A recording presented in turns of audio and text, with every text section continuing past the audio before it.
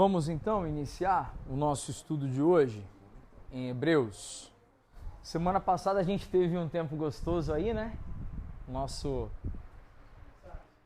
almoço de Páscoa, né? Sentimos a falta do Rafael e da Thaísa, do Rafael Potrates, é assim que pronuncia, né, mano? Potrates também. Mas vocês estavam lá também curtindo, descansando, né, e tal, muito bom.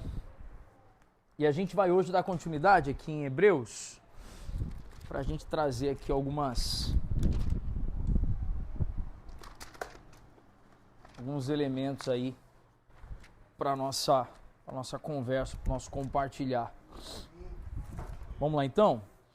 Semana retrasada a gente deu uma passada rápida em Hebreus 8, num trechinho, vocês lembram ou não? A gente deu uma lida rápida, um trechinho de Hebreus 8, e aí eu quero hoje ler o 8 e vou ler o 8 e o 9. A gente vai ler aqui, vai ser extenso, hein, gente? Tá bom? Vamos ler o texto? Então, vamos lá, Hebreus 8, todo mundo pronto aí? Tô na NAA aqui, tá bom? Então vamos lá. Ora, o essencial das coisas que estamos dizendo é que temos tal sumo sacerdote que se assentou à direita do trono da majestade nos céus, como ministro do santuário e do verdadeiro tabernáculo que o Senhor erigiu, e não um homem. Pois todo sumo sacerdote é constituído para oferecer dons e sacrifícios. Por isso era necessário que também esse sumo sacerdote tivesse o que oferecer. Se ele estivesse na terra, nem mesmo sacerdote seria, visto existirem aqueles que oferecem os dons segundo a lei. Estes ministram em figura e sombra das coisas celestiais, assim como Moisés foi divinamente instruído quando estava para construir o tabernáculo. Pois Deus disse: tenham cuidado para fazer tudo de acordo com o modelo que foi mostrado a você no monte. Mas Jesus obteve o ministério tanto mais excelente, quanto é também mediador de superior aliança, instituída com base em superiores promessas. Porque se aquela primeira aliança tivesse sido sem defeito, de maneira alguma estaria sendo buscado lugar para uma segunda aliança. E de fato, repreendendo-os, diz: eis aí vem dias, diz o Senhor, e firmarei nova aliança com a casa de Israel e com a casa de Judá, não segundo a aliança que fiz com os seus pais no dia em que os tomei pela mão para os tirar da terra do Egito, pois não continuaram na minha aliança, e eu não dei atenção a eles, diz o Senhor. Porque essa é a aliança que farei com a casa de Israel. Depois daqueles dias, diz o Senhor, imprimirei as minhas leis na mente deles e as inscreverei sobre o seu coração, e serei o seu Deus, e eles serão o meu povo.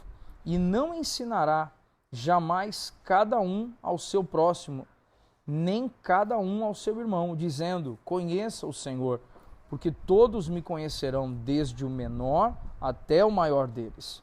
Pois para com as suas iniquidades usarei misericórdia, e dos seus pecados jamais me lembrarei.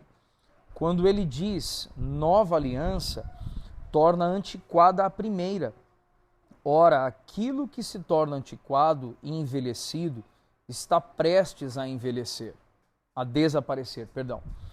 Capítulo 9 agora. Ora, a primeira aliança tinha preceitos de culto divino e o seu santuário terrestre, porque foi edificado um tabernáculo, cuja parte da frente, onde estava o candelabro, a mesa e os pães da proposição, se chama o Santo Lugar. Por trás do segundo véu se encontrava o tabernáculo que se chama o Santo dos Santos, ao qual pertencia um altar de ouro para o incenso e a arca da aliança, totalmente coberta de ouro, na qual estava uma urna de ouro contendo o maná, o bordão de Arão que floresceu e as tábuas da aliança. Sobre a arca estavam os querubins da glória, que com a sua sombra cobriam o propiciatório. Mas dessas coisas não falaremos agora com mais detalhes. Ora, depois que foram feitos todos esses preparativos, os sacerdotes entram continuamente no primeiro tabernáculo para realizar os serviços sagrados, mas no segundo, o sumo sacerdote entra sozinho uma vez por ano, não sem sangue, que oferece por si e pelos pecados de ignorância do povo. Com isso, o Espírito Santo quer dar a entender que o caminho do santuário ainda não se manifestou, enquanto o primeiro tabernáculo continua erguido. Isso é uma parábola para a época presente, no qual se oferecem dons e sacrifícios, embora estes, no que diz respeito à consciência, sejam ineficazes para aperfeiçoar aquele que presta culto, pois não passam de ordenanças da carne, baseadas somente em comidas, bebidas e diversas cerimônias de purificação, impostas até o tempo oportuno de reforma. Verso 11. Quando, porém, Cristo veio como sumo sacerdote dos bens já realizados, mediante o maior e mais perfeito tabernáculo, não feito por mãos humanas, quer dizer, não desta criação e não pelo sangue de bodes e de bezerros, mas pelo seu próprio sangue, ele entrou no santuário uma vez por todas e obteve uma eterna redenção. Portanto, se o sangue de bodes e de touros e a cinza de uma novilha, aspergidos sobre os contaminados, os santificam quanto à purificação da carne, muito mais o sangue de Cristo, pelo Espírito eterno, a si mesmo se ofereceu sem mácula a Deus, purificará a nossa consciência de obras mortas, para servirmos um Deus vivo. Por isso mesmo, ele é o mediador da nova aliança, a fim de que os que foram chamados recebam a promessa da herança eterna, visto que houve uma morte para a remissão das transgressões que foram cometidas sob a primeira aliança. Porque onde há um testamento, é necessário constatar a morte de quem o fez. Sim, porque um testamento só é confirmado depois da morte de quem o fez, pois de maneira nenhuma um testamento tem força de lei enquanto ainda vive quem o fez. Por isso, nem a primeira aliança foi estabelecida sem sangue, porque havendo Moisés proclamado a todo o povo todos os mandamentos conforme a lei, pegou o sangue de bezerros e dos bodes com água, lã tingida de escarlate e sopo, e aspergiu não só o próprio livro, mas também todo o povo, dizendo: este é o sangue da aliança que Deus ordenou para vocês. Igualmente, também aspergiu com sangue o tabernáculo e todos os utensílios do serviço sagrado. De fato, segundo a lei, quase todas as coisas são purificadas com sangue, e sem derramamento de sangue não há remissão. Era necessário, portanto, que as figuras das coisas que estão nos céus fossem purificadas com tais sacrifícios, mas as próprias coisas celestiais requerem sacrifícios superiores àqueles, porque Cristo não entrou em santuário feito por mãos humanas, figura do verdadeiro santuário, porém no próprio céu para comparecer agora por nós diante de Deus. Ele não entrou para oferecer a si mesmo muitas vezes, como o sumo sacerdote entra todos os anos no Santo dos Santos com sangue alheio. Se assim fosse, ele precisaria ter sofrido muitas vezes desde a fundação do mundo. Agora, porém, ao chegar o fim dos tempos, ele se manifestou uma vez por todas para aniquilar o pecado por meio do sacrifício de si mesmo.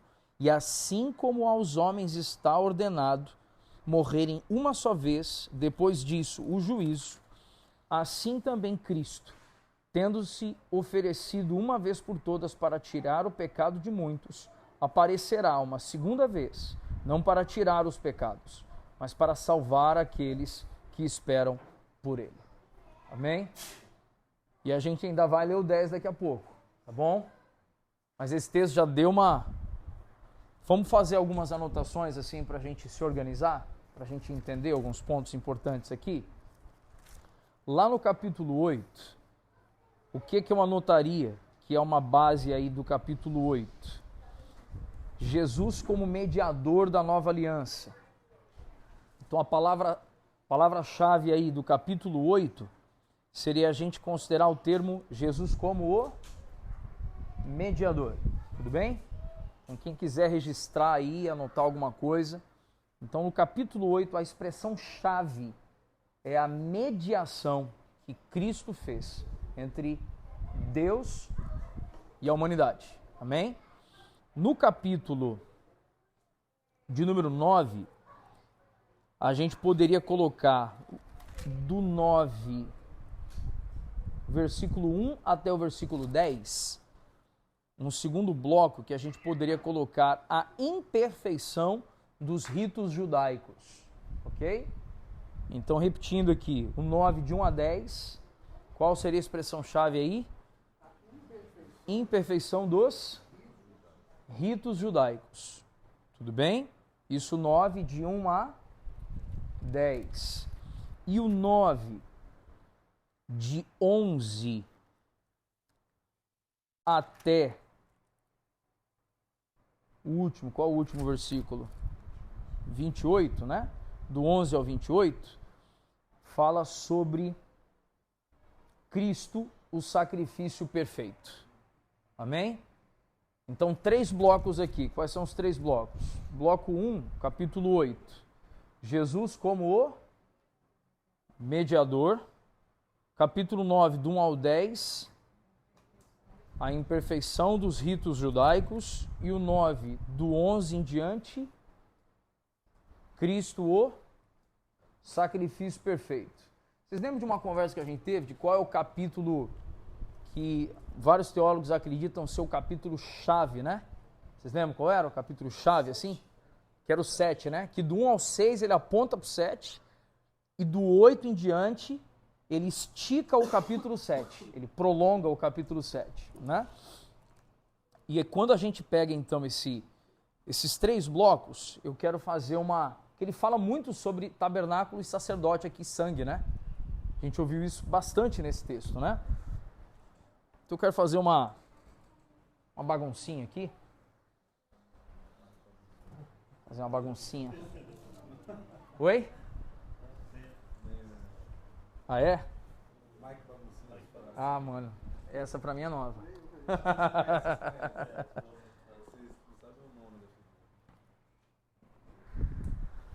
Ô, Heber, você acha que você consegue me ajudar a levantar isso daqui, pôr aqui no meio pra mim, mano? Por gentileza?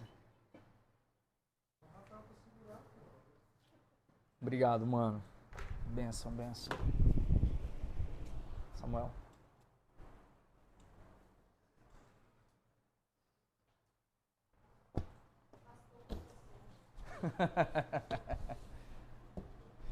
Eu tava dando uma estudada, né, assim, nos últimos dias, né, sobre esses elementos de Hebreus, né, e ele usa muito a expressão tabernáculo, né. O tempo inteiro a gente, quando pega aí o livro de Hebreus, ele fala sobre o tabernáculo, fala sobre Moisés, né, e tal. E o que vale a gente compreender bem, né? Que quando a gente fala, né, do tabernáculo, a gente tinha essa parte que era a parte feita de tecidos, né, feita de madeira também. E aqui a gente tinha a frente, onde tínhamos a entrada do tabernáculo, né? Essa entrada do tabernáculo dava acesso a um compartimentozinho interior. E esse compartimentozinho interior era que a gente chamava de santuário. Então essa parte interior é que a gente conhecia como o santuário. E quando a gente ouve, né, sobre a entrada, o santuário, aqui nós tínhamos cordas puxando, porque eram lonas, né? Eram tecidos e tal.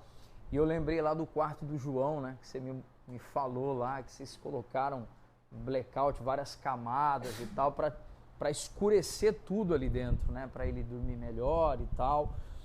E o ambiente interno aqui, gente, era um ambiente bem protegido, assim, né? As pessoas do lado de fora, elas não viam o que acontecia do lado de dentro. Era escuro mesmo ali do lado de dentro, né? E aqui a gente tinha um primeiro véu aqui, que era a entrada do santuário. Quando a gente falava sobre o serviço dos sacerdotes, tinham duas coisas bem marcantes aqui na frente. A gente tinha aqui o chamado altar de bronze. E aqui na frente nós tínhamos a bacia de bronze, né? Qual era a diferença das duas coisas aqui? Não sei se acho que ali não está. Você está conseguindo assimilar ali, né? Está de longe ali. Está fazendo O altar de bronze, né, era o lugar onde os animais eles eram imolados, né? Onde os animais eles eram sacrificados para ver ali o derramamento de sangue, né? Então essa era a área onde era o serviço. Quem que realizava o serviço aqui? Quem realizava o serviço aqui eram os sacerdotes, certo? E aqui tinham inúmeros sacerdotes trabalhando aqui, certo? E eles pegavam então, as pessoas traziam o animal, né, imolavam o animal, havia derramamento de sangue, e a bacia de bronze, há inclusive relatos de que na fabricação usou-se um pouco dos espelhos que foram dados por mulheres na época do povo ali, quando estavam na época que eles recolheram, né, os recursos para a construção do tabernáculo, e eles colocavam água ali naquela bacia, exatamente por quê? Porque o sacerdote ele se sujava, e logo depois de se sujar, que ele estava imolando o animal, ele ia na bacia de bronze e fazia o que na bacia de bronze? E se lavava, para garantir que estivesse completamente limpo ali dentro, certo?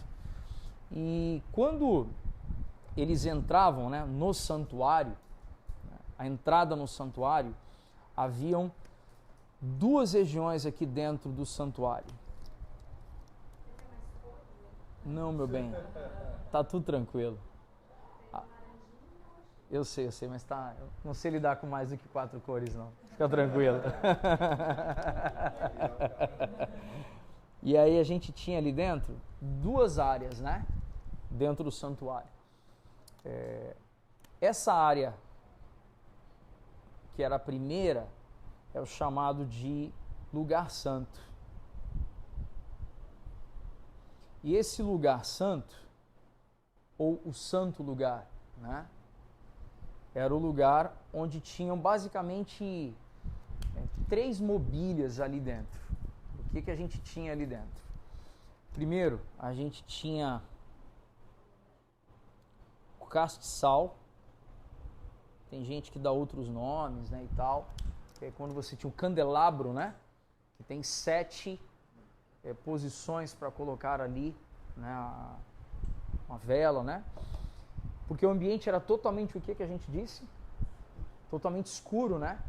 Então precisava ter algum tipo de luminosidade. Então quem que trazia luminosidade, trazia luz ali dentro do santuário? Era o castiçal e, curiosamente, 7, não é isso? Simbolizando, prenunciando as 7 igrejas que Jesus vai e fala nas cartas, as igrejas da Ásia, lá em Apocalipse. Já prenunciando que em meio às trevas e à escuridão, quem vai ser a luz? A igreja vai ser a luz. A igreja vai revelar a glória de Deus. Uma segunda mobília que nós tínhamos aqui era o altar do incenso.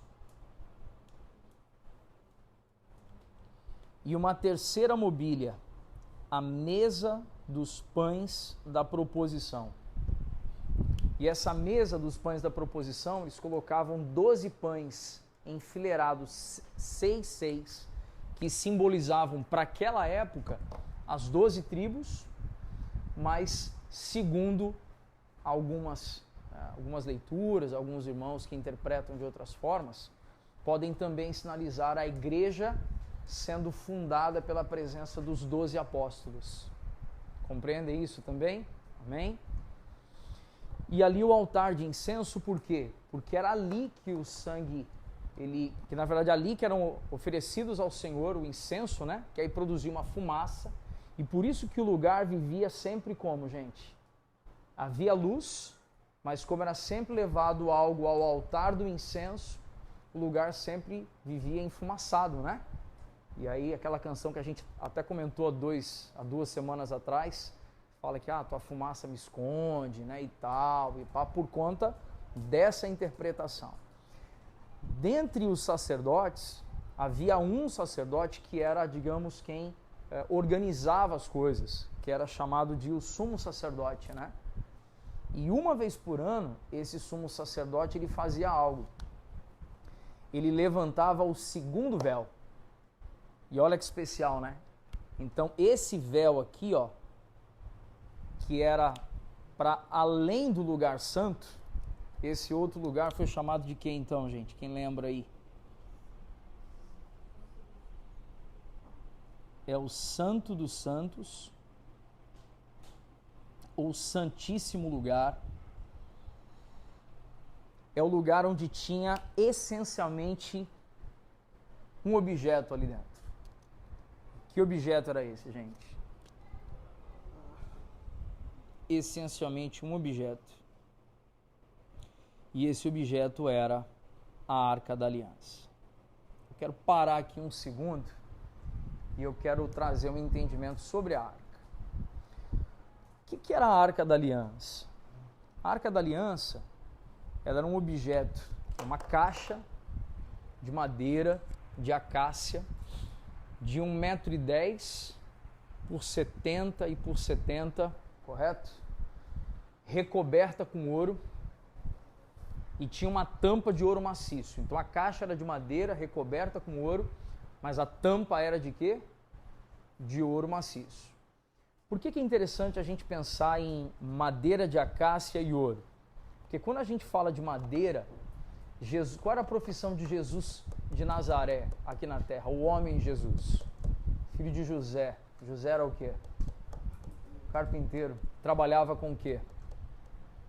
Com madeira. Então a madeira fala sobre a nossa o quê, gente? A nossa natureza, certo? E quando a gente fala do ouro, o ouro já fala de outra natureza. Fala da natureza divina. Então uma caixa de madeira coberta com ouro, ela não está falando de um objeto. Ela é o que a gente chama, que o livro em Hebreus chama isso de sombra. O livro chama isso de sombra. Então a Arca da Aliança, ela é um objeto que ela sinaliza, na verdade, o próprio Cristo presente ali no santuário, no Santo dos Santos. Consigo me expressar bem assim, gente? Agora, como é que funcionava? Uma vez por ano, o sumo sacerdote fazia o quê? Havia o sacrifício, lavava-se na bacia de bronze, entrava no lugar santo, oferecia ali o sangue no altar do incenso, enfumaçava o lugar, abre o segundo véu. Quando abre o segundo véu, ele tomava ali o sangue dos animais e aspergia sobre a chama do propiciatório. O que era a chama do propiciatório? A tampa era de ouro, 2 querubins como seres alados, com as asas curvadas um para o outro. E uma... Pegar, né? Oi? Ele pegava o sangue, né? Não tomava. Não, Boa. Pô, o cara me surpreendeu aqui. Não, porque eu percebi que... Eu pensei... Sério? Mas eu percebi as meninas já... Ele tomava. Tá, então tá corrigido então. Então tá corrigido, então ele... E aí então ele pegava do sangue, tudo bem? E ele aspergia, né, sobre a chama do propiciatório. E aí quando ele fazia aquela aspersão na chama do propiciatório... Isso, então, na verdade a chama no meio e jogava o sangue ali sobre aquela chama do propiciatório. E é quando a gente ouve a expressão, né, de que aquilo subia como incenso perfumado às narinas do Senhor, e era feito que a gente chamava de a propiciação dos nossos pecados, a propiciação da gente. O que é essa expressão que a gente precisa compreender, essa expressão com clareza? Propiciação, segundo Wayne Grudem, fala sobre nos tornar propícios a. Então, nos tornar propícios a quem?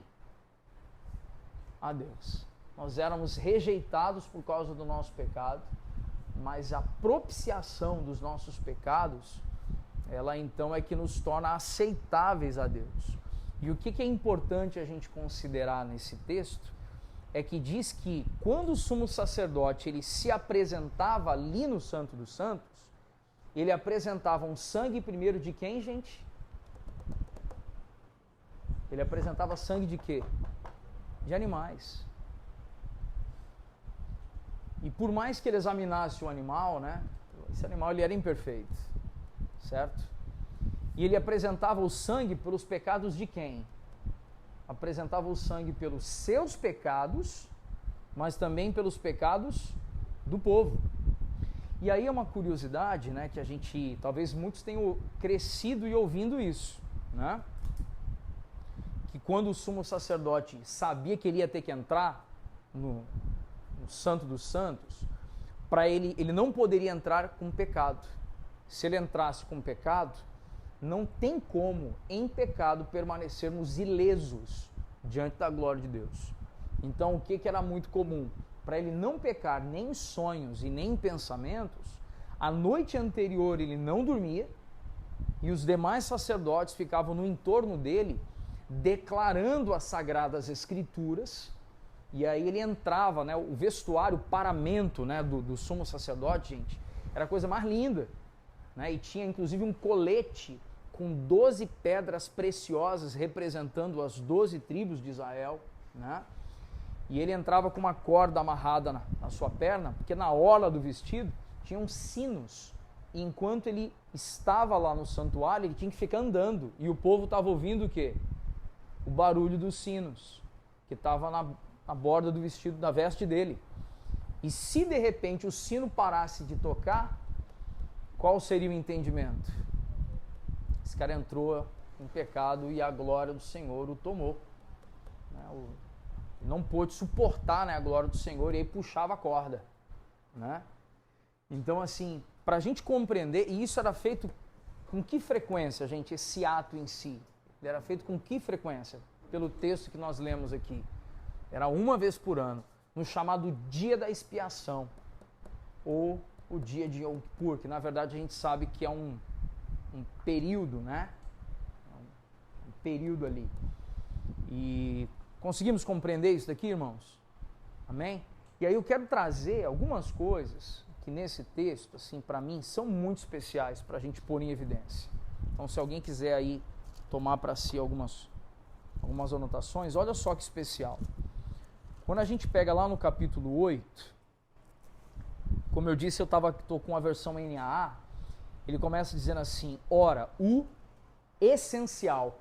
Essa expressão ela já me chamou a atenção, porque tem traduções que não trazem a expressão essencial. Trazem qual a expressão aí?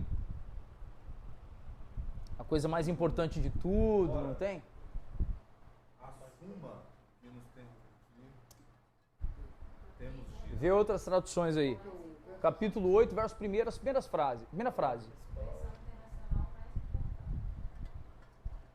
A mais importante. A suma é o resumo, né? Em suma. suma. É o mais importante. É. Suma é o ponto mais importante. Seria essencial, facilmente. Então, quando a gente coloca a expressão essencial, ele está dizendo das coisas que estamos dizendo do tal sumo sacerdote. Então, olha só o que o escritor aos Hebreus está falando. Ele fala, gente, olha só, Moisés fez tudo isso daqui, ó. Né? Moisés fez toda essa organização, veio o sacerdócio levítico. Isso daqui foi tudo feito por Moisés. E ele vai discorrendo o texto. E aí, no meio do texto, a gente consegue enxergar que qual era o papel do sumo sacerdote, então. O sumo sacerdote, ele deveria apresentar algo a Deus em favor dos homens, não é isso? Então o papel do sacerdote era um sacerdócio de mediação. Faz sentido isso, né, gente? Então o papel do sacerdote era fazer o quê? Era mediar. Só que aí quando a gente pega, ali tem o versículo de número 6, dá uma olhada comigo, capítulo 8, verso 6. Mas agora Jesus obteve um ministério tanto mais excelente, quanto também é o que, gente? Mediador. Eu não sei a tradução de vocês, mas a minha aqui está com M maiúsculo, né? Que isso é uma tentativa de ênfase da língua portuguesa, que não quer dizer que eu vou só olhar a ênfase e está resolvido.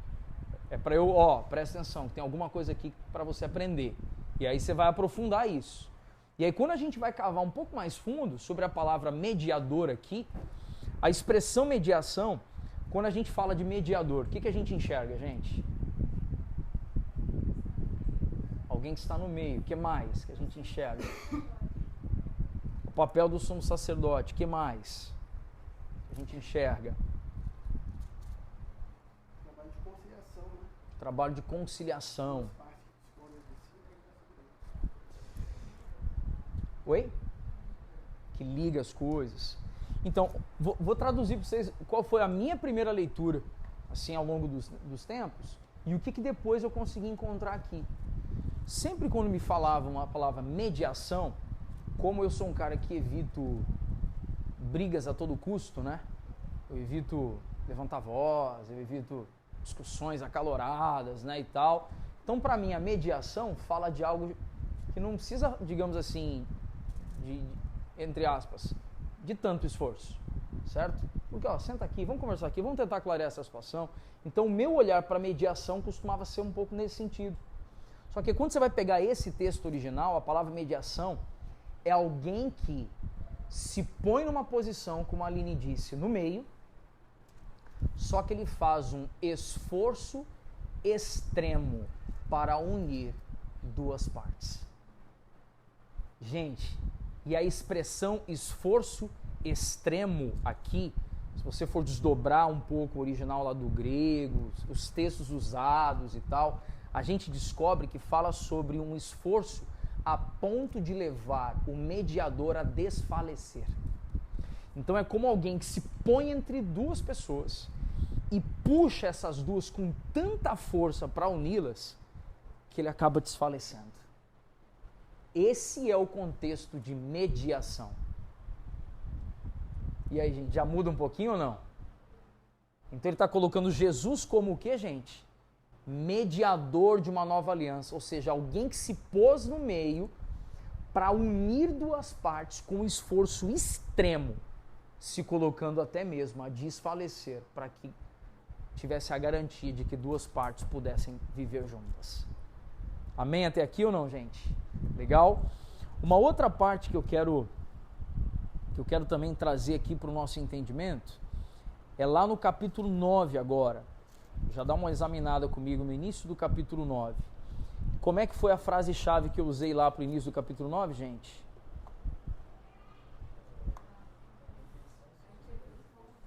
A imperfeição dos ritos judaicos, né?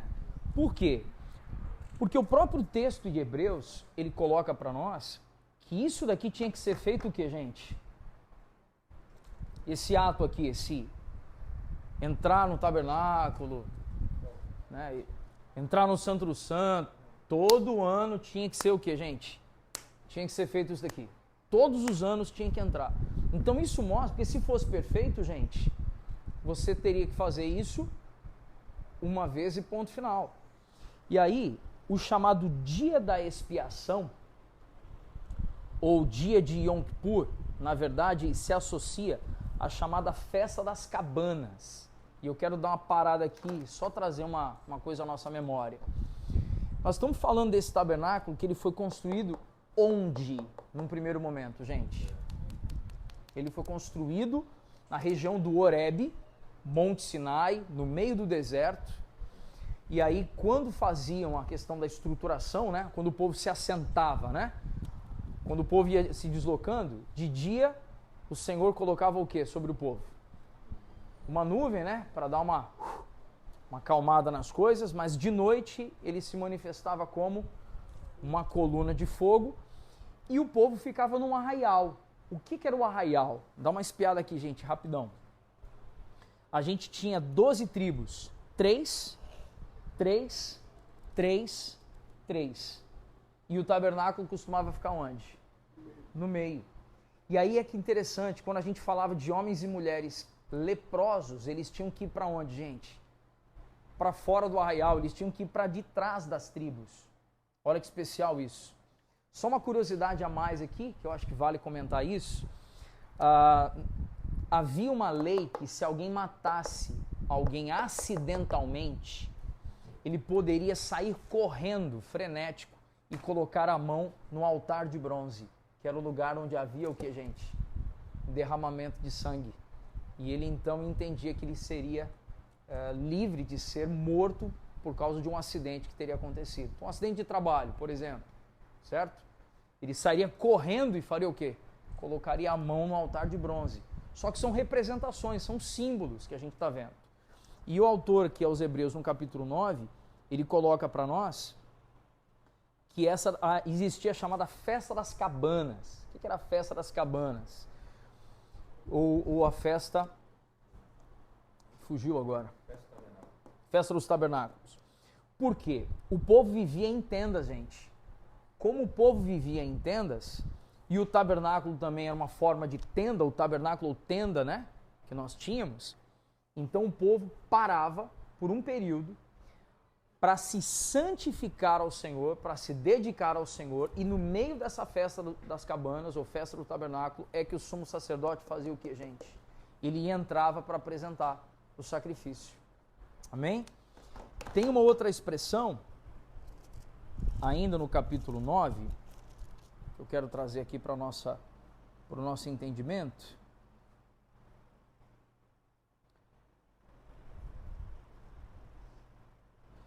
Que ali já vem no versículo, aqui, finalzinho do versículo 10, diz que, todo mundo achou aí Hebreus 9:10? Localiza comigo aí. Hebreus 9:10. O que ele está dizendo? Pois não passam de ordenanças da carne, baseadas somente em comidas, bebidas e diversas cerimônias de purificação, impostas até o tempo oportuno de reforma. E aí começa o versículo 11. O versículo 11, ele inaugura esse último bloco que a gente compartilhou. Qual o último bloco que a gente compartilhou? Cristo é o sacrifício perfeito. E aí, uma expressão que vale nós compartilharmos, é que quando ele começa no verso 11, ele fala que Cristo veio como o quê? Primeiramente, quando porém Cristo veio como sumo sacerdote dos bens já realizados, mediante maior e mais perfeito tabernáculo, não feito por mãos humanas, quer dizer, não dessa criação, e não pelo sangue de bodes e de bezerros, mas pelo seu próprio sangue, ele entrou no santuário de uma vez por todas e obteve eterna redenção. E aí olha que especial a gente trazer aqui um termo para nós, né? O versículo 14,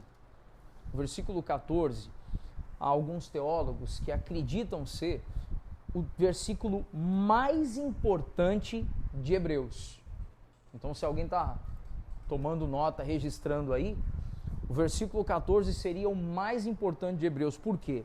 Porque ele traz para a gente ali, muito mais o sangue de Cristo, pelo Espírito eterno, a si mesmo ofereceu sem mácula a Deus, purificará a nossa consciência das obras mortas para servirmos ao Deus vivo. Gente, esse versículo, ele coloca então quem como sumo sacerdote? Ele coloca Jesus como sumo sacerdote. Só que eu queria trazer aqui uma leitura para a gente guardar, assim. Se a gente pegar esse verso 14, a gente está vendo Jesus. Ele tinha sido anunciado primeiramente como sacerdote segundo a ordem de Melquisedeque. Então Jesus era o quê? Rei, certo? Mas Jesus também era o quê, gente? sumo sacerdote. E aqui o escritor aos Hebreus acrescenta um outro elemento. Jesus é também o sacrifício. Porque até aqui a gente está vendo Jesus como rei e sacerdote. Rei e sacerdote. E aqui no capítulo 8 entra um elemento colocando Jesus também como o sacrifício. Então agora, se a gente olha para o tabernáculo, gente, olha que especial. A gente pensa que no altar de bronze, quem está sendo imolado? Jesus, o Cordeiro que tira o pecado do mundo. Quem está fazendo o ato de imolar o Cordeiro?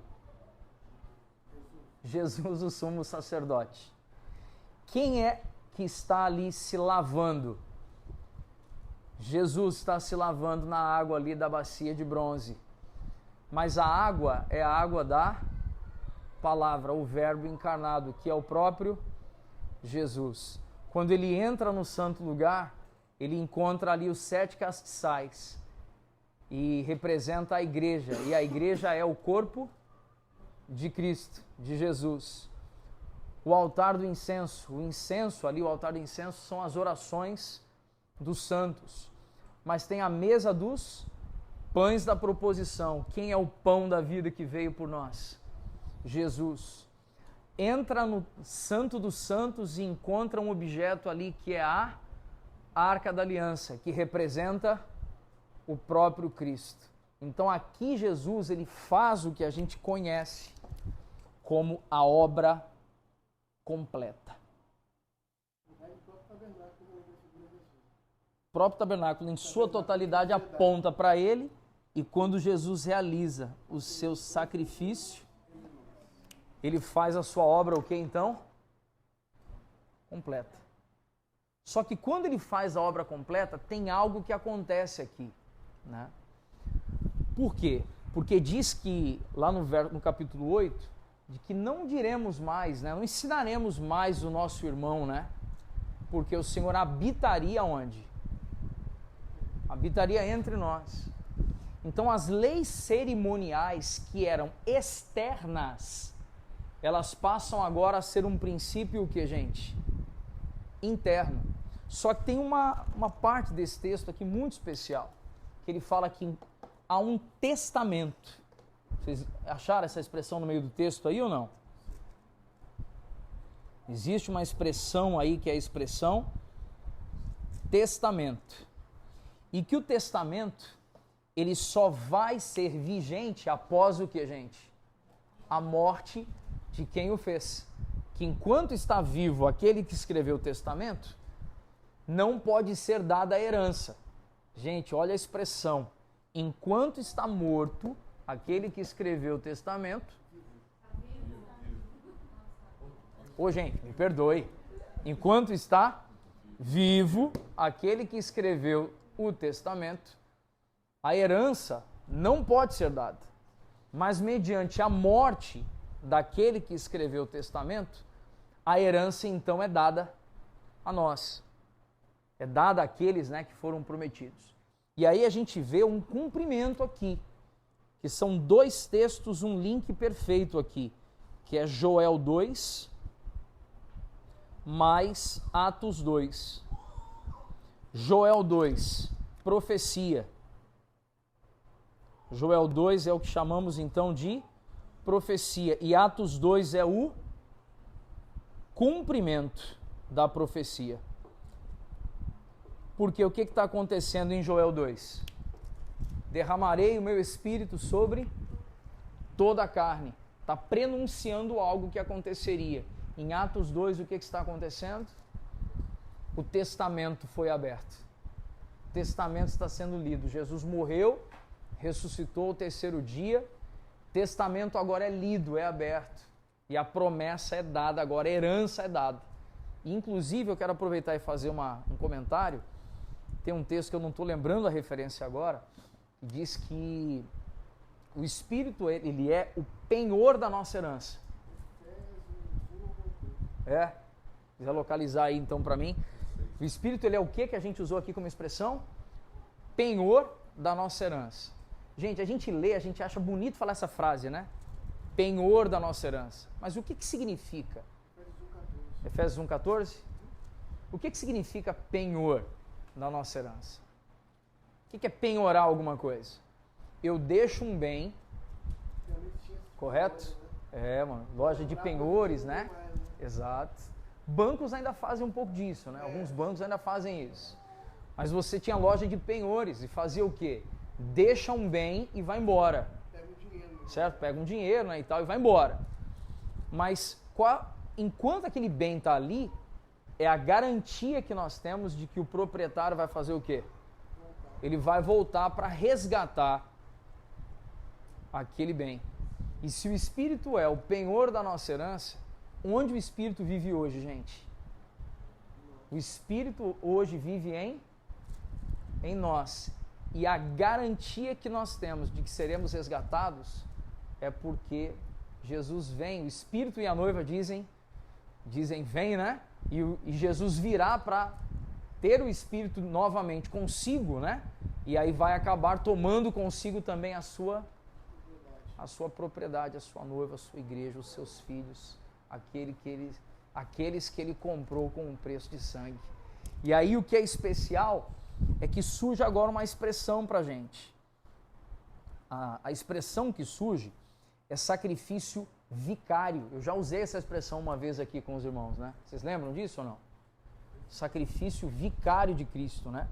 Que fala sobre um sacrifício que é feito de uma vez por todas. E ele resolve o problema, né? Então nós entendemos aí esse cenário. Até aqui, irmãos, tudo bem ou não? Até aí tudo bem ou não, gente? Amém? Eu queria ler agora o capítulo 10. Queria ler o capítulo 10. Que essa parte ela encerra no 10:18. Tudo bem, gente?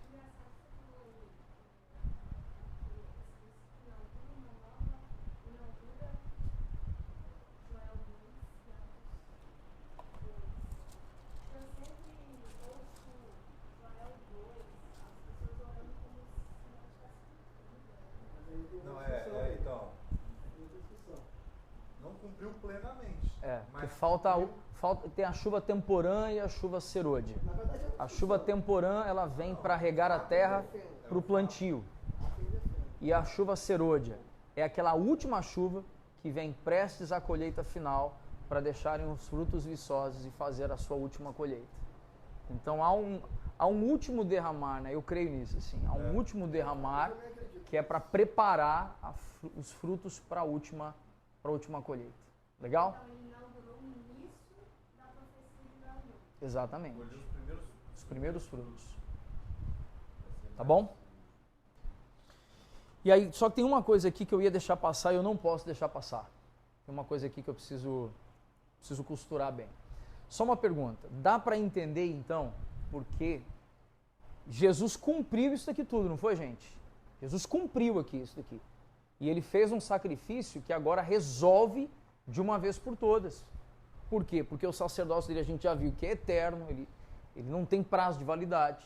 Então, por exemplo, dá para entender por que nós não usamos mais a Arca da Aliança, por exemplo, na decoração de... Vou decorar uma igreja, vou botar uma Arca da Aliança. Por quê? Porque ela é um tipo de Cristo. Por que eu não preciso fazer questão de um castiçal lá para decorar e tal? Porque ela é um símbolo da igreja. Amém? Então a gente vai lendo as coisas, a gente vai vendo que algumas coisas são símbolos, são sombras, né? E aí por que a gente não usa mais castiçal não usa mais incensário, né? Não usa mais aquele negocinho, aquele objeto triangularzinho lá e tal, com incenso e tal. Por quê? Porque todas essas coisas, elas se cumpriram em quem, gente? Em Jesus. E aí tem um texto aqui que ele amarra algo tão especial para nós, que é lá no o 9, verso 25. Acha comigo lá, o 9, verso 25. Ele não entrou para oferecer a si mesmo muitas vezes, como o sumo sacerdote entra todos os anos do Santo dos Santos com sangue alheio. Se fosse assim, ele precisaria ter sofrido muitas vezes desde a fundação do mundo. Agora, porém, ao chegar o fim dos tempos, ele se manifestou, aí como é que está escrito aí, gente? De uma vez por todas, para aniquilar o pecado por meio do sacrifício de si mesmo. Pô, gente, Jesus aniquila o pecado, ele acaba com o poder do pecado aqui. Então existe o pecado, mas ele não tem domínio sobre nós. Por isso que nós falamos que Jesus ele abriu um novo e vivo caminho para a entrada ao Santo dos Santos, certo? E aí tem um texto aqui que diz: e assim mesmo como aos homens está ordenado morrerem uma só vez, depois disso vindo o juízo, assim também Cristo, tendo oferecido de uma vez por todas tirar os pecados de muitos, aparecerá uma segunda vez, não para tirar os pecados, mas para salvar aqueles que esperam por ele. Gente, aqui eu não posso deixar de amarrar uma coisa importante. Esse texto, ele traz para a gente uma compreensão de que ao homem cabe morrer uma só vez. Então, quando a gente ouve, né, outras pessoas que creem de modo diferente da gente, né, que aí falam sobre reencarnação, falam sobre retornar numa forma de outro espírito, outro ser, né, e tal. E aí usam, inclusive, expressões como o Evangelho segundo Allan Kardec, vocês talvez tenham ouvido acerca disso e tal. Por isso que nós vemos que não cruza, não casa, não cabe ensinos de Allan Kardec com Evangelho. Porque Evangelho é apontar para quem, gente? Para Cristo. E Cristo morreu uma vez. E ele voltará uma segunda vez já ressurreto. Certo? Se nós entendermos esse texto, então nós compreendemos claramente que ao homem cabe morrer uma só vez, e depois disso vem o juízo. Isso resolve essa questão na nossa mente. Amém, irmãos?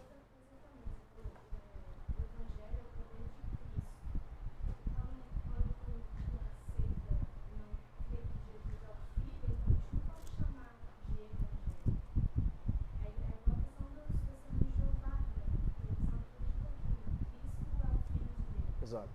Então a gente não pode chamar esse lado de evangelistas, porque eles não estão levando o evangelho, estão levando uma mensagem. Sim. Mas não é o evangelho. Sim. E aí, deixa eu só fechar aqui. E aí o que nós enxergamos aqui no capítulo 9, então?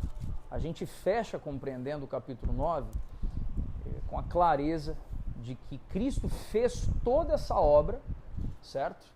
Assumindo a si mesmo como rei, sumo sacerdote e sacrifício, fazendo isso de uma vez como o próprio texto diz, de uma vez por todas. Ele resolve isso para nós com clareza, e a partir disso, o véu fez o que, gente? Que aí já não é esse véu, né? Porque do tabernáculo veio o templo de Salomão, veio o templo nos dias de Herodes e tal, e foi o templo nos dias de Herodes que o véu se rasgou de onde para onde, gente? E aí é importante isso, né? O véu ele se rasga de cima para baixo. Só quando a gente fala de cima para baixo, o véu não era uma cortina assim, gente. O véu, as dimensões do templo eram muito altas. Então esse véu, para ser rasgado por um homem, ele seria rasgado de onde para onde? De baixo para cima. Mas se ele for rasgado de cima para baixo, é porque o próprio Cristo tinha um interesse em tabernacular conosco, né? Em estar entre nós. Eu sempre imaginei esse véu como algo abstrato, né? Mas era algo realmente Físico. mesmo, né? Uma cortina grossa. É uma cortina grossa. Tipo assim, nesse sentido, quando ele diz lá, o véu se rasgou, eu sempre pensei em algo abstrato. Não, mas deve ser material, porque o texto relata que o véu se rasgou, que pedras se quebraram, e que mortos saíram dos seus túmulos e saíram andando. Então o texto relata várias coisas físicas, então a compreensão bem provavelmente é física. Não, peraí, mas nesse texto aí ele está usando como alegoria. Não, aqui ele está falando sobre algo, é uma alegoria entre aspas, por quê? Porque ele está mencionando a ressurreição. Então era de conhecimento da época, Exatamente. Então, já tinha acontecido a ressurreição. Então, já tinha acontecido o rasgar do véu. Aqui ele estava, não era nem uma alegoria. Bom, a gente até alinhar isso. A expressão aqui é fazendo menção de um relato. Assim, olha, assim como o véu se rasgou. Por quê? Porque senão a gente foge também de ter acontecido no nível do véu ter se rasgado mesmo. Então não era só uma questão, né, lúdica, né, e tal. Há um relato de o véu se rasgou, né? Então aqui ele está fazendo o quê? Quase no ano 80, 90 depois de Cristo aqui. Então ele está trazendo a memória, ó, o véu se rasgou lá na ressurreição de Cristo. Na morte. Rapaz, hoje eu estou trocando tudo. A questão que me levanta é o seguinte: os ritos judaicos são muito pautados em simbologias mesmo, né? Então tinha tudo aquilo ali, o tabernáculo, a mesa, com o pão, tinha mesmo, era físico, eram símbolos. Então a cortina, tudo que estava ali, tudo existia mesmo. Eu acho que Então deixa eu vou jogar mais uma parada na conversa assim para dar um gás na gente assim. Se você tiver vontade assim, pega Êxodo 30. E é muito especial isso. Por quê? Porque o povo começa a pegar ouro, joias, espelhos, madeiras e começa a trazer as ofertas para a construção do tabernáculo. E aí diz que o Senhor encheu a Bezalel. Foi a primeira menção nas Escrituras de que o Espírito tinha tomado alguém. E o Espírito do Senhor encheu a Bezalel e lhe deu toda a destreza nas mãos para criar todos os itens do tabernáculo. Então o Senhor toma as mãos de um homem, enche ele de sabedoria, e não era um pregador eloquente, era um artista, um artesão, para ele construir os itens do tabernáculo. Então eles foram construídos materialmente. Então havia um véu, havia uma madeira. E aí, se é já para a gente aprofundar, então vamos trazer uma coisa aqui, uma curiosidade. Então vamos trazer uma curiosidade. A madeira era madeira de acácia, né? Da parede aqui, né? Parede. E como é que elas eram feitas? Eles pegavam uma parte e faziam como se fosse ponte agudo. A outra madeira, eles faziam uma espécie de sulco, que era para conseguir fazer o encaixe perfeito. Isso quer dizer que tem áreas que a nossa carne tem que perder a fim de eu encaixar com o irmão. Porque é homem com homem, é a igreja, está representando o Cristo, a obra do Cristo e o corpo do Cristo. A base dessa madeira era colocada numa base. A base era de prata. Jesus foi vendido por 30 moedas de prata. Então fala de redenção. E era recoberta com o quê? Com ouro. Aí fala da glória de Deus. Então a gente vê que isso daqui era físico, mas tinha... Por isso que é muito comum a gente usar a expressão sombras e tipos em Hebreus. E que tudo isso, na verdade, está apontando para uma pessoa. Está apontando para o Cristo. Legal? Vamos amarrar o capítulo 10 aqui? Eu só queria fazer um comentário no 25. Pode. Quando fala que ele entrou uma única vez, né? É interessante pensar nisso porque é o que Jesus está fazendo agora, né? Porque o sumo sacerdote, ele entrava para interceder. E Jesus, no capítulo 7, fala que ele vive nesse momento para interceder pelos seus. Então Jesus, ao ascender aos céus, é interessante que antes da ascensão ele fala com uma das Marias, né? Não me retenha porque eu ainda não me apresentei, meu Pai. Então, ao ascender aos céus, ele se apresenta no tabernáculo celestial, né? Ele meio que entra, né, nesse lugar, no Santo do Tabernáculo Celestial. Não sei se isso rola de fato lá dessa forma, né? Mas essa é nosso entendimento. Essa é a metáfora que Deus está criando pra gente, né? E ele vai lá para, assim como o sumo sacerdote intercedia pelo povo, ele está então intercedendo por todo o seu povo que está sendo formado constantemente. É preciso ter cuidado, cara, porque senão a gente acaba... igual, né? Pô, ele entrou lá uma vez e tal. Mas, tipo assim, o foco do texto, na verdade, apesar de usar muito simbolismo, porque igual a Nete falou, o povo judeu, ele é muito simbólico nesse sentido, mas o foco do texto é trazer o ensinamento por trás disso aí, não Por que eu tô falando isso? Porque eu já vi muita gente viajando, Ah, né? com certeza. Não é? O governo do Cristo sentado, o governo do Cristo em pé, o governo do Cristo em pirueta, se ele vai ou volta, se ele entra, se ele está embaixo do véu, assim, entrar. Então, assim, o elemento está aí, mas não vamos viajar nesse Sim. elemento, né? É o que o ensinamento Sim. pra gente. Muito bom. Então. Ele fala assim, Deus coloca os sinais pra gente e muitas vezes a gente se agarra nas placas, está viajando, aí tem várias placas para a gente chegar no nosso destino. A gente fica tão impressionado com as informações de cada placa que a gente se abraça nelas e esquece de percorrer o caminho para chegar. Boa. Boa lembrança. Gente, vamos ler o 10, do 1 ao 18. E aí, só para vocês, quem estiver anotando aí, sacrifício, o capítulo 10, do 1 ao 18, eu coloquei como título aqui, que o sacrifício de Cristo é definitivo. Amém? Então, o capítulo 10, 1 ao 18, o sacrifício de Cristo é definitivo. Está dizendo assim, ó, ora, visto que a lei é apenas uma sombra dos bens vindouros, não a imagem real das coisas, nunca consegue aperfeiçoar aqueles que se aproximam de Deus com os mesmos sacrifícios que, ano após ano, continuamente eles oferecem. Se isso fosse possível, será que os sacrifícios não teriam deixado de ser oferecidos? Porque os que prestam culto teriam sido purificados uma vez por todas, não mais teriam consciência de pecados. Entretanto, nesses sacrifícios ocorre recordação de pecados todos os anos, porque é impossível que o sangue de touros e de bodes remova os pecados. Por isso, ao entrar no mundo, Cristo disse: sacrifício e oferta não quiseste, mas preparaste um corpo para mim. Não te agradaste de holocaustos e ofertas pelo pecado. Então eu disse: eis aqui estou, no rolo do livro está escrito a meu respeito. Estou aqui para fazer, ó Deus, a tua vontade.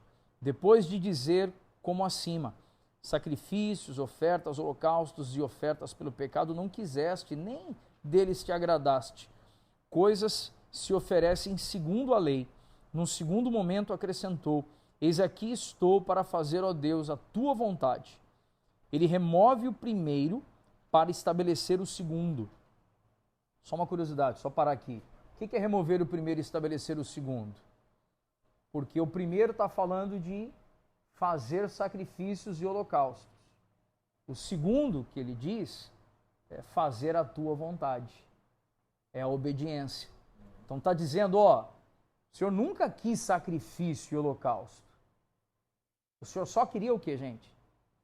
Obediência. O sacrifício e o holocausto era um meio do povo lembrar que eles estavam vivendo muitas vezes em desobediência. Tá fazendo sentido agora, gente? Melhor? Versículo 10. Nessa vontade é que temos sido santificados, mediante a oferta do corpo de Jesus Cristo, uma vez por todas. Ora, todo sacerdote se apresenta dia após dia, para exercer o serviço sagrado e oferecer muitas vezes os mesmos sacrifícios que nunca mais podem remover pecados. Jesus, porém, tendo oferecido para sempre um único sacrifício pelos pecados, assentou-se à direita de Deus, aguardando daí em diante até que os seus inimigos sejam postos por estrado dos seus pés. Porque como uma única oferta aperfeiçoou para sempre os que estão sendo santificados. E disto nos dá testemunho também o Espírito Santo, porque após ter dito: esta é a aliança que farei com eles, depois daqueles dias, diz o Senhor, imprimirei as minhas leis no coração deles e as inscreverei sobre a sua mente. E acrescenta: também dos seus pecados e das suas iniquidades jamais me lembrarei. Ora, onde há remissão de pecados, não existe mais necessidade de sacrifício pelo pecado. Então o texto fecha aqui dizendo, gente, já houve remissão dos pecados, por isso não carecemos mais de novos sacrifícios. Eu fiz algumas pequenas anotações aqui, gente, se alguém quiser registrar também, que o versículo 10, ele remove a ideia de penitência, né? Nossa vontade é que temos sido santificados mediante a oferta do corpo de Jesus Cristo uma vez por todas. Então esse verso 10, ele está falando assim, está falando o quê, gente? Já houve aí o pagamento. Se ele já houve pagamento, não há necessidade de novos sacrifícios. Amém? Quando ele, é claro, né, gente, se eu só até acrescentar um elemento aqui, né? Quando Paulo nos ensina a igreja em Corinto, de esmurrar o nosso próprio corpo a fim de torná-lo obediente a Cristo, está falando de um sacrifício de sangue de novo, não é disso que está falando? Não. Está falando de um esforço humano para se colocar debaixo do sacrifício de Cristo. Fez sentido essa frase ou não, gente? É o meu esforço humano de consciência. Para quê, gente? Para me colocar debaixo do sacrifício que Cristo já fez. Não é o meu sacrifício que me santifica. É eu me colocar debaixo do sacrifício de Jesus e eu permaneço nessa obra de santificação. Amém? E por fim, queria só fazer um último comentário aqui, que quando diz ali, né, também dos seus pecados e das suas iniquidades jamais me lembrarei. Porque quando ele fala da obra da redenção, a ideia é que os pecados, eles são o quê, gente? O pecado é uma forma de quê? Só para a gente lembrar, assim, não esquecer disso. Pecado é uma dívida, né? Pecado é uma dívida. É ou não é verdade, gente? É uma dívida. A palavra nos ensina que nós nos tornamos escravos de tudo aquilo que nos vence. O apóstolo Pedro disse isso. Se nós nos tornamos escravos de tudo aquilo que nos vence, escravidão fala de ter o quê, gente? Ter uma dívida. E Paulo diz que o escrito de dívida que era contra nós, ele foi o quê, gente? Foi cravado na cruz, né? Cravou o escrito de dívida que era contra nós. E isso está trazendo para a gente uma compreensão quando a gente está falando da espinha dorsal de Hebreus, né? A espinha dorsal de Hebreus é a suficiência de quem, gente? De Cristo. Então isso daqui, gente, eu vou ser honesto com vocês, isso daqui me encanta. Quando eu ouço essas coisas aqui, isso daqui me encanta. Mas Cristo fez tudo isso daqui no seu próprio corpo e se tornou o tabernáculo por nós. Ele se fez tabernáculo por nós. E sintetizou isso por nós. Amém, gente? Queria, Samuel, pega o violão lá pro pai. Fazer uma... Né, a respeito da obra de Cristo.